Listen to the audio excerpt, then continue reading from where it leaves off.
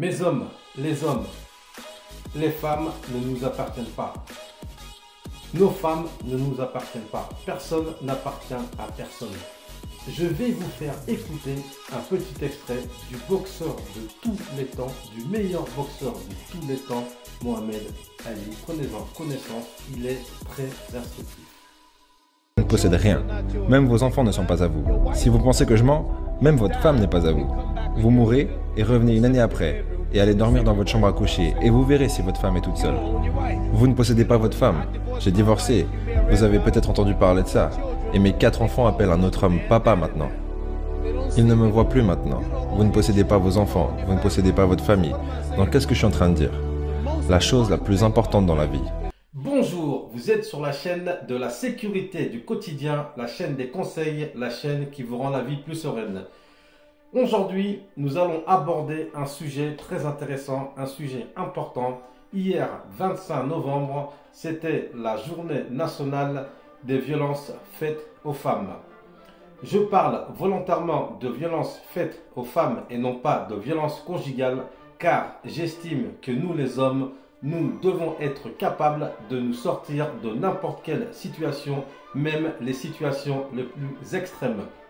Je reconnais qu'il y a tout de même des cas où la conjointe est à l'origine des coups sur son conjoint, mais ce ne sera pas le propos de cette vidéo. Je vais parler uniquement des violences faites aux femmes. Comme je le dis souvent dans mes vidéos, le rôle de l'homme est de protéger sa femme, de protéger sa famille. Un homme digne de son nom doit savoir se maîtriser et ne jamais porter de coups à sa femme ou à sa conjointe.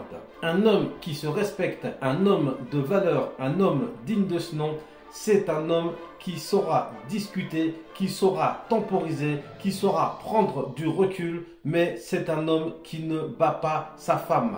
Nous sommes le 26 novembre 2023.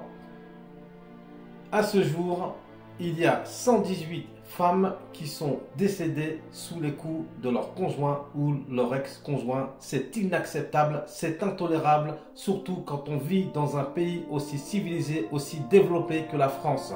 Cela est valable dans le monde entier, mais comme je vis en France, je vais parler de la France. Maintenant, rentrons dans le vif du sujet.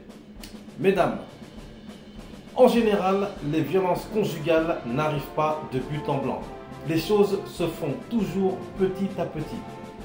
Dans un premier temps, il s'agit d'un petit manque de respect.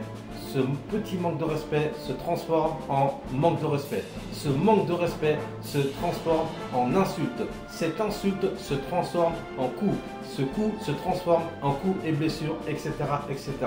C'est pour cela que dès le début, dès le premier manque de respect, même petit soit-il, vous ne devez pas le tolérer, vous devez le dire. Cela vous permettra d'une part de savoir à qui vous avez affaire et d'autre part de pouvoir démystifier la situation, en discuter afin que ça ne se reproduise plus. Car oui, le manque de respect dans un couple, ce n'est pas tolérable. Chacun doit respecter l'autre. L'homme doit respecter sa femme doit respecter son homme. C'est comme ça que ça doit se passer. Donc, si votre conjoint vous manque de respect au début de la relation, vous devez le dire immédiatement. Ne laissez rien passer. Vous devez en discuter. C'est dès le début qu'il faut mettre les pieds dans le plat. Ne tombez pas sous le coup de « je suis amoureuse », donc c'est pas grave. Vous n'écoutez pas votre instinct, vous laissez passer, vous vous laissez faire et cela se transforme un jour en enfer sur terre. Règle numéro 1, écoutez votre instinct.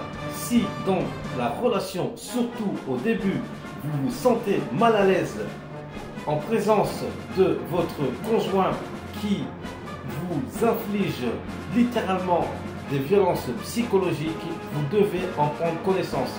Soyez consciente de ce qui se passe autour de vous et c'est à ce moment-là qu'il faut de suite réagir. Prenez du recul, réfléchissez et trouvez un bon moment pour venir lui parler et aborder le sujet afin que ça ne se reproduise plus. Ne tombez surtout pas dans le piège de « oui, mais tu es trop sensible, je disais ça pour rigoler, pourquoi prends-tu la mouche, etc.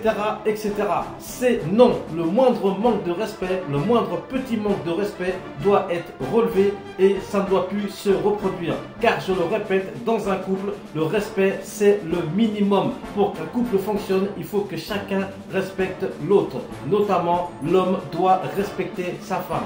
Mesdames, c'est dès le début qu'il faut mettre les choses au clair. Car si vous laissez passer les choses dès le début, la suite sera catastrophique. Quand vous laissez 1 cm, on vous prend 1 mètre. Quand vous laissez 1 mètre, on vous prend 1 km. Quand vous laissez 1 km, on vous prend 10 km et ainsi de suite, etc. etc. Et arrêtez de dire quand on vous manque de respect dès le début d'une relation, oui mais je l'aime. L'amour, ce n'est pas ça. L'amour, c'est d'abord, ça passe d'abord par le respect. Bien évidemment, quand je parle de respect, cela doit être des deux côtés. Autant l'homme que la femme, chacun doit respecter l'autre. Mesdames, si vous avez affaire à un homme impulsif, ce qu'on appelle un homme sanguin, prenez du recul, faites un pas en arrière, non pas par soumission, mais par intelligence et réflexion.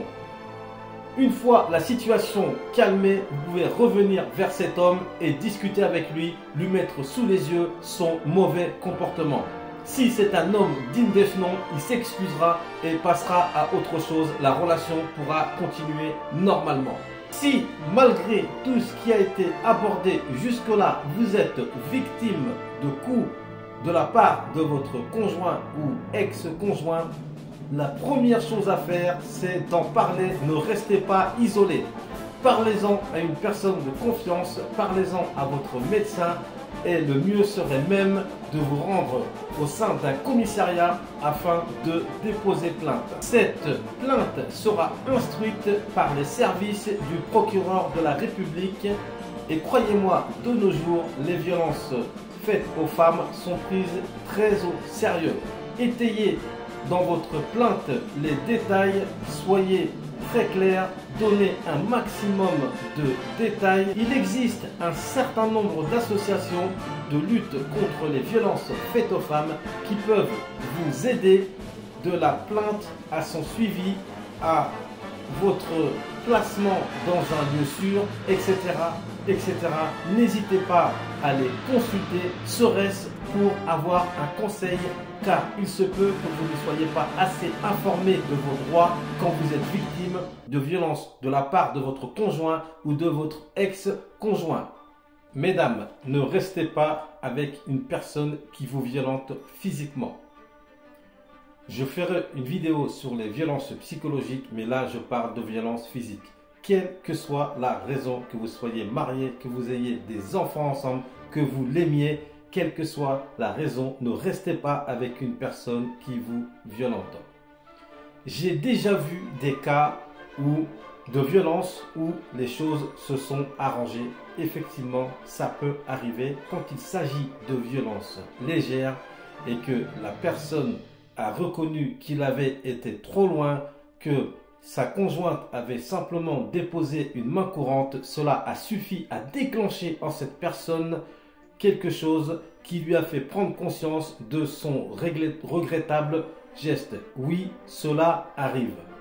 Dans ce cas-là, c'est à vous de jauger les choses, c'est à vous et votre instinct de bien comprendre ce qu'il se passe, d'être conscient. Seul votre instinct peut vous guider dans ce genre de cas. C'est lui qui vous dira oui, je me sens en confiance ou non, je ne me sens plus en confiance définitivement. De toute façon, une personne qui vous a violenté, vous ne devez plus jamais lui faire confiance. Maintenant, je vais un peu sortir du cadre de cette vidéo, mais par honnêteté, je me dois de vous dire ce que je vais vous révéler. Il existe parmi vous, mesdames, certaines brebis galeuses, capables de pousser l'homme à bout afin d'obtenir quelque chose qu'elle n'aurait pas obtenu s'il n'y avait pas eu de violence conjugale. Message aux hommes qui écoutent cette vidéo. Si cela vous arrive, si vous constatez ce manège, vous devez partir. Vous devez quitter les lieux et immédiatement vous rendre dans un commissariat, faire une main courante pour signaler les faits, car vous avez affaire à une femme manipulatrice. Ne nous mentons pas, cela existe, vous le savez, nous le savons tous. Cela existe malheureusement et cela discrédite tout le travail fait par les personnes qui luttent contre les violences faites aux femmes. Je dis à ce type de personnes, à ce type de femmes manipulatrices, attention, le karma passera par là.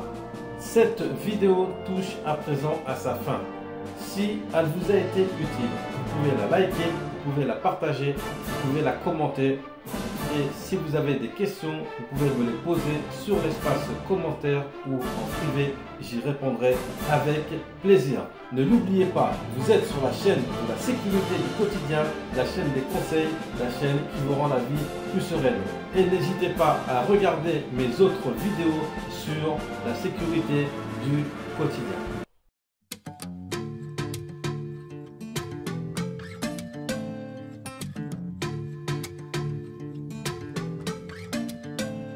She got the brown eyes, caramel thighs, long hair, no wedding ring. Hey, I saw you looking from across the way, and now I really wanna know your name.